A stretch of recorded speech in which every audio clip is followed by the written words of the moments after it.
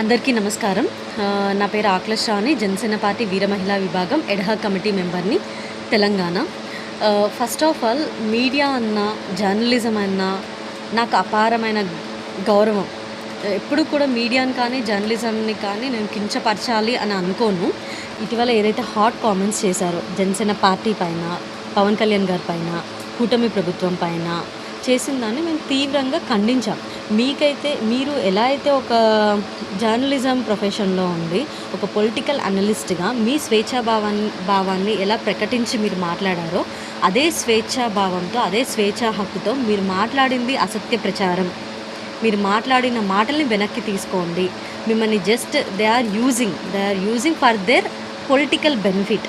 వాళ్ళ political benefits కోసం మిమ్మల్ని యూజ్ చేసుకుంటున్నారు. దయచేసి మీరు ఆ మాటల్ని వెనక్కి తీసుకోండి అని పార్టీ పెద్దలు, జన సైనికులు, వీర మహిళలు ఆయనకు అంతే గౌరవంగా మేము రిక్వెస్ట్ చేశాము వెనక్కి తీసుకోమని.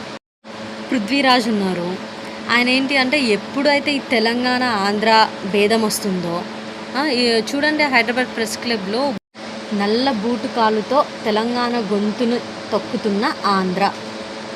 అసలు అక్కడ ప్రొఫెసర్ గారు మాట్లాడిన దానికి, జర్నలిజానికి, అక్కడ పెట్టిన బ్యాక్గ్రౌండ్ వెనకాల పెట్టిన నల్ల బూటు కాలుతో తొక్కుతున్న తెలంగాణ గొంతుని తొక్కుతున్న ఆంధ్ర అనే దానికి ఏమైనా సంబంధం ఉందా? That's the reason Pavan Kalyan గారు తన సిద్ధాంతాల్లో మాట్లాడిందంటే కుల, మత, ప్రాంత భేదాలు లేని ఇదే ఒక సిద్ధాంతం జనసేన పార్టీది. అది మళ్ళీ మేము గుర్తు చేస్తున్నాము. సో ఏదైనా ఒక టాపిక్ వచ్చిందనుకో, ఆంధ్ర వాళ్ళు ఇక్కడికి ఎందుకు వచ్చారు, ఆంధ్ర వాళ్ళు ఇక్కడ ఎందుకు ఉన్నారు, ఆంధ్ర వాళ్ళు ఇక్కడ ఎందుకు పరిపాలిస్తున్నారు, నరేంద్ర మోడీ నార్త్కి రిలేటెడ్ సౌత్కి ఎందుకు వచ్చాడు అని అంటే ఏం చెప్తామండి? పృథ్వీరాజ్ గారు ఎప్పుడైనా సరే ఆంధ్ర తెలంగాణ భేదం కానీ ఏదైనా ప్రజల్లోకి తీసుకెళ్ళడానికి చాలా గట్టిగా ప్రయత్నిస్తారు. ఆల్రెడీ ఎప్పుడో ఎంతోమంది జీవితాలు పోయాయండి, ప్రాణాలు పోయాయి తెలంగాణ సాధించడం కోసం అని చెప్పేసి. కనీసం వాళ్ళకి గౌరవంగా మళ్ళీ అటువంటి విధ్వంసం జరగొద్దు తెలంగాణ రాష్ట్రంలో అనే ఆలోచన కూడా లేకుండా ఎప్పుడు చూడండి తెలంగాణ ఆంధ్ర భేదం వచ్చినా కానీ, తెలంగాణ వాళ్ళు ఆంధ్ర వాళ్ళనే భేదం వచ్చినా కానీ పృథ్వీరాజ్ గారు ముందుంటారు. లాస్ట్ టైం కూడా రవీంద్ర భారతిలో బాలసుబ్రహ్మణ్యం గారి విగ్రహం పెడతాను అని అంటే ఈయన వచ్చి రచ్చ చేసి ఆంధ్రావాడి విగ్రహాన్ని తెలంగాణలో ఎందుకు పెడతారు అని ఈయన మాట్లాడి అప్పుడు ప్రాంతీయ భేదం తీసుకొని వచ్చారు. ఇప్పుడు కూడా ప్రొఫెసర్ నాగేశ్వర్ గారి ఇన్సిడెంట్లో ఆయన ఏదైతే అసత్య ప్రచారం చేస్తున్నారో ఆ మాటల్ని వెనక్కి తీసుకోండి, మేము అఫీషియల్గా పార్టీ తరఫు నుంచి ఖండిస్తున్నాం అని మేము ఇచ్చిన స్టేట్మెంట్కి ఆయన ఒక ప్రొఫెసర్ గారికి సపోర్ట్ చేస్తున్నట్టుగానే మళ్ళీ ప్రొఫెసర్ గారిని వాడుకుంటున్నారు. అదే ప్రొఫెసర్ గారికి గౌరవం ఇవ్వాలని మాట్లాడుతూనే వెనకాల బ్యాక్గ్రౌండ్లో నల్ల బూటు కాలుతో తెలంగాణ గొంతును తొక్కుతున్న ఆంధ్ర. అసలు ఏమైనా సంబంధం ఉందా అండి? అంటే వాళ్ళకి ఎప్పుడూ కూడా తెలంగాణ ఆంధ్ర అన్నదమ్ముల్లాగా కలిసి ఉండొద్దు, ఎప్పుడు విడిపోవాలి, ఒక తల్లి పిల్లల్లా ఉండొద్దు. వాళ్ళు తెలుగు ప్రజల్లాగా వాళ్ళు ఉండకూడదు. తెలంగాణ విడిపోవాలి, ఆంధ్ర విడిపోవాలి. విడిపోయింది కదండి, కానీ అన్నదమ్ముల్లా కలిసి ఉన్నారు. అది కూడా వద్దు, మొహాలు కూడా చూసుకోవద్దు అన్నట్టుగా వాళ్ళు దాన్ని ప్రచారం చేస్తూ ఉంటారనమాట. ఇంకా అది ఆగదు. ఇంకా ప్రొఫెసర్ నాగేశ్వర్ గారిని వాడడం లేదా పొలిటికల్ బెనిఫిట్స్ కోసం? ఆంధ్ర తెలంగాణ విద్వేషాలని రెచ్చగొట్టట్లేదా మీడియాల ముందుకొచ్చి? అండ్ అలాగే జనసేన పార్టీ 7 సిద్ధాంతాల్లో ఒక సిద్ధాంతాన్ని మళ్ళీ గుర్తు చేస్తున్నాం మీకు.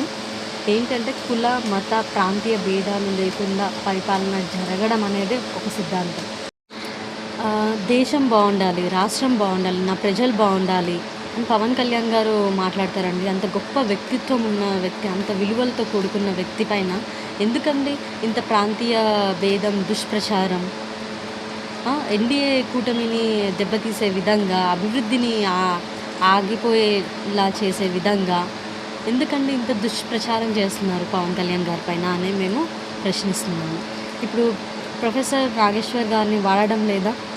ఒక మారుమూల గ్రామంలో రోడ్డు వేయిస్తే ఆస్కార్ పొందినంత ఆనందంగా ఉంది అన్నారండి పవన్ కళ్యాణ్ గారు.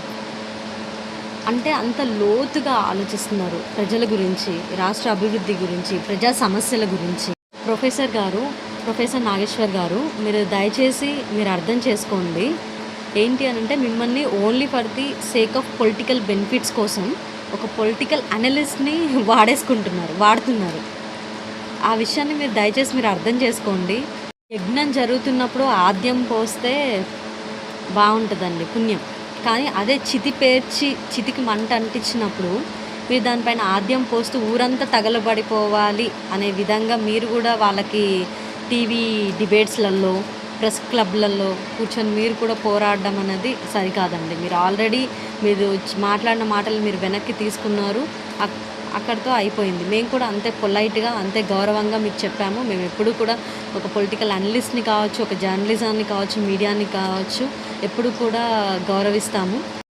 అక్కడ ఆంధ్రాలో వైఎస్ జగన్ లాంటి వాళ్ళు, ఇక్కడ తెలంగాణలో ఉన్న కొంతమంది వ్యక్తులు వాళ్ళ పొలిటికల్ బెనిఫిట్స్ కోసం ఒక పొలిటికల్ అనలిస్ట్‌నే వాడుకుంటున్నారు. మీరు ఒక గొప్ప అనలిస్ట్. ఆ విషయం మీకు అర్థం కావాలి. సో, పృథ్వీరాజ్ లాంటి వాళ్ళు ఇలా ఆల్రెడీ తెలంగాణ బిడ్డల గోస మనం చూసాము. ఎంతమంది చనిపోయారో, ఆ కుటుంబానికి ఎంత తీరని లోటో కూడా మనకు తెలుసు.